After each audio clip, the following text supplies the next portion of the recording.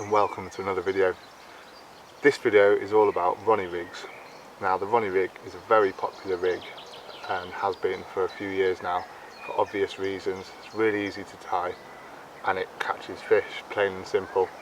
But I do see online a lot of pictures of people's Ronnie rigs that maybe could be slightly improved. So I'm going to make this video which is all about 5 common mistakes with Ronnie rigs, and hopefully if you improve some of these mistakes you can put more fish on the bank. So a lot of you will know, if you follow my channel, I tend to use a withy pool rig for most of my pop-up rig fishing. But I'm always curious about the Ronnie rig and why everyone's so obsessed with it, and you know why everyone seems to use it these days. So I have been playing around with it a bit lately, and I'm actually down at my local club water on a session, and last night I managed 2 gorgeous fish on a Ronnie rig. One 27-pound 6-ounce common, which I've not seen pictures of before. It's absolutely gorgeous fish, I didn't even know was in here. And then a 16-pound mirror as well, which was in the middle of the night. Got snagged up and spent about an hour trying to free it, and finally got it in after it wiped out one of my other rods as well, so that was fun. But nice to have a couple of fish on my first night. I'm actually doing 2 nights on this session, so that's great. And to have a couple on the Ronnie rigs on the first night, you know, it gives me confidence for using them for the rest of the session. So what I've noticed, as I said in the intro, when you see pictures of people's Ronnie rigs online, quite often there's a few things that they could definitely improve on, you know, to help the mechanics of the rig, to improve hook holds and hopefully increase your hook to land ratio. So I thought I'd make this video to kind of highlight some of these mistakes. I mean, I think they're mistakes, you know.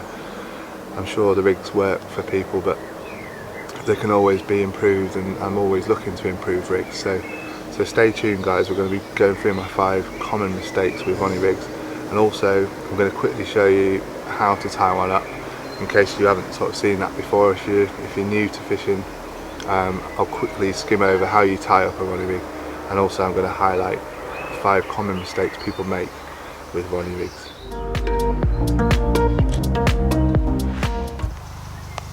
Right, so firstly guys, here's a look at the things that I use to make a Ronnie rig. I use mostly angling iron end tackle components.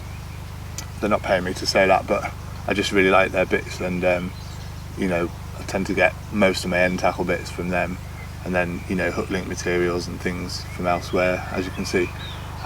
So the first thing you need for a Ronnie rig is a really nice big curved shanked hook, and that leads me on to the first mistake I see people make with Ronnie rigs, and that is to use a hook that's too small. The whole mechanics of the Ronnie rig is that the curved shank creates the sort of the kicker, if you like, to turn the hook when the fish approaches it, almost like the withy pool rig, but it's a little bit lower. So you need that nice big hook to give you that nice big curve that will turn the hook. If you use a too small a hook, it just doesn't turn very well, and also there's not enough sort of point of the hook available to get into the fish's mouth. So first mistake with Ronnie rigs that people make is to use too small a hook. So you need at least like a size 4 curve shank. Next thing you need is shrink tubing, and that is angling iron stuff again. Then you need a quick change swivel. That's a size 11 there, so it's got like a little hook on one end, and it's got a barrel swivel and a ring, so that gives you extra movement in the rig. You'll see as I tie it up how all these components go together.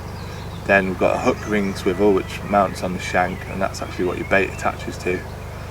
And then we've got a shank stop, or a hook bead, whatever you want to call it, again from angling iron, and that just keeps the hook ring swivel in place on the shank of the hook. Now as we're tying this up, I'm going to take you through the mistakes that I think people make. We've already said about the size of the hook, so that's mistake number 1, but as we go through tying it, we're going to be talking about the mistakes one by one as we come across them. So the next thing you need is some strippable coated braid. You can use fluorocarbon for like a boom section on a Ronnie rig, but I like strippable coated braid. Bait floss for attaching your bait, and scissors and a lighter, and then some putty, which is quite useful. I'll show you why again while we're tying it. So let's get into how we tie the rig. Right, so you also need a baiting needle for this rig, just to put the bait on really. So I should have said that before, but I was obviously using it to point with. So yeah, don't forget the baiting needle as well. So we're going to tie the rig now. So first of all, we're going to take out our size 4 curve shank hook.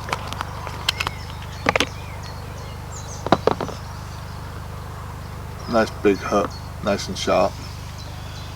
And what I like to do first is put our hook ring swivel on the hook like that, and then with our shank stop bead, just thread that onto the hook, and then those bits are finished with really, out the way. Now this leads me on to the second mistake with Ronnie rigs. I've already said about the size of the hook being the first mistake. The second mistake is the position of your shank stop there. So a lot of people I see have them right at the top there. So the rig, if you think about it, when it's on the bottom, it's going to be sitting bolt upright like that. Hopefully you can see that. Or it's even slightly sort of leaning back like that, and that's not ideal hook mechanics for when the fish comes into swim and sucks at it.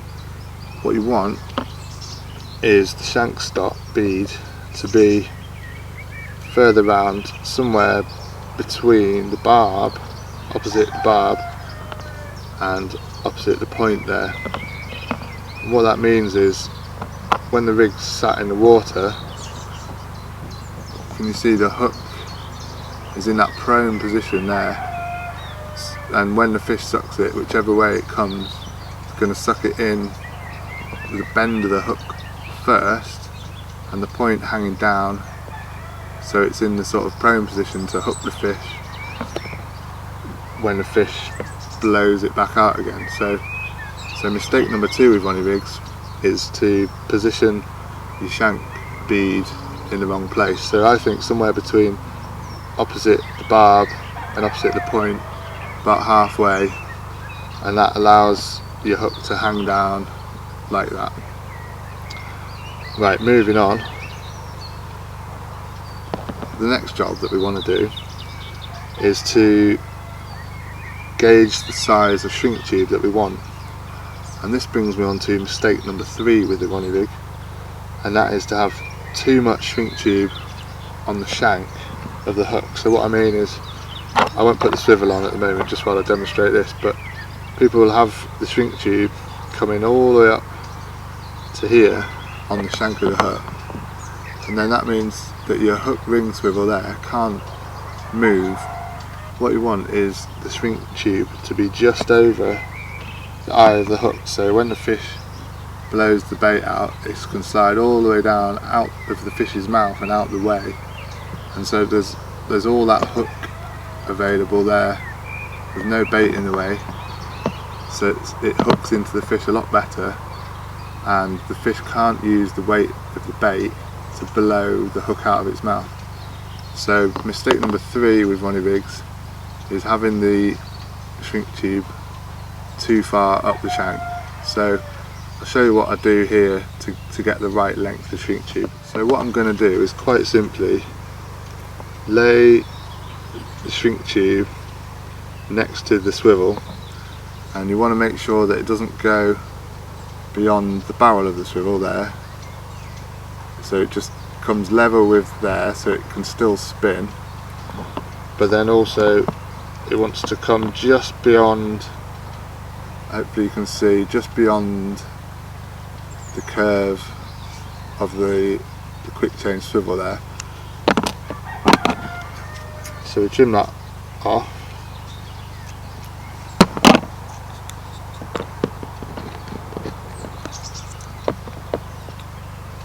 Right, next that goes on,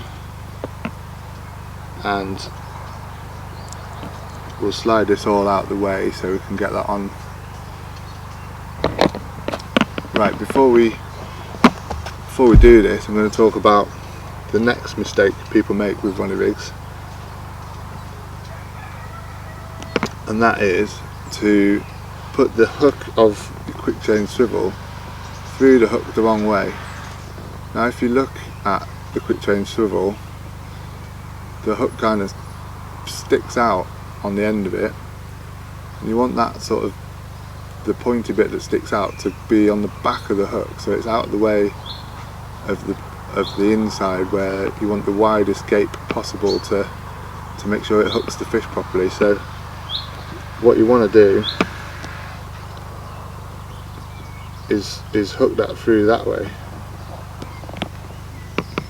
So you see how I've got the little hook of the quick change swivel is going the opposite side to the point there.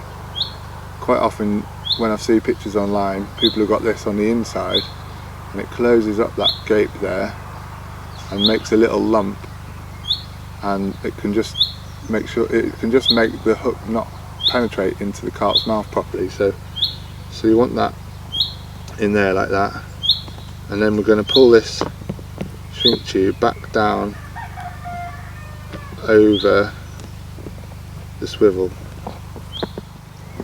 So you can see I've pulled the shrink tube over the swivel there, and I've only just gone level with the barrel of the swivel there, so I'm not stopping the swivel from spinning, but also this end of the shrink tube only just comes onto the shank just past the eye of the hook, so you've still got, if I move this back, you've still got all that movement there when the fish blows the bait.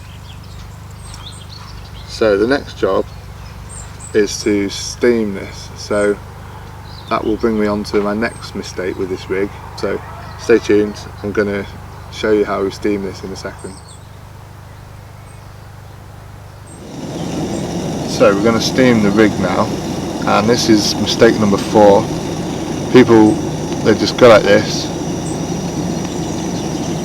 and they steam it. Now if you look at that there, it's really straight, so when the rig's upright, the point is sort of facing down.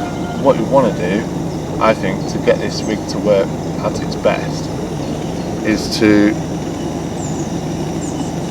slightly angle this in.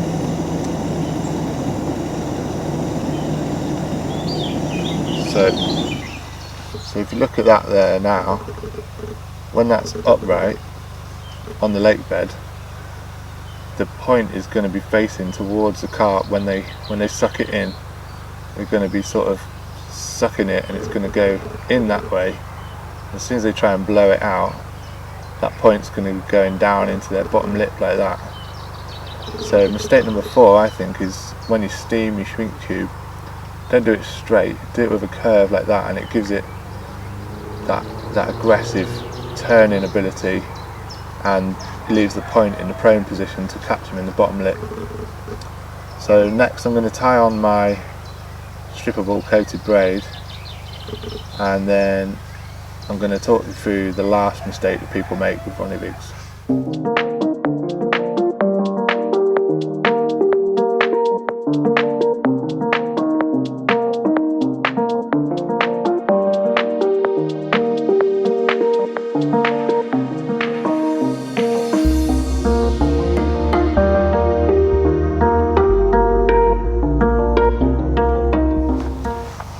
Right, so here's my finished rig there. I didn't show you tying on the hook link material because you know, I think most of you probably know how to tie knots. I've just got a figure of 8 loop knot there, and I've just tied that with a grinner knot to the swivel there.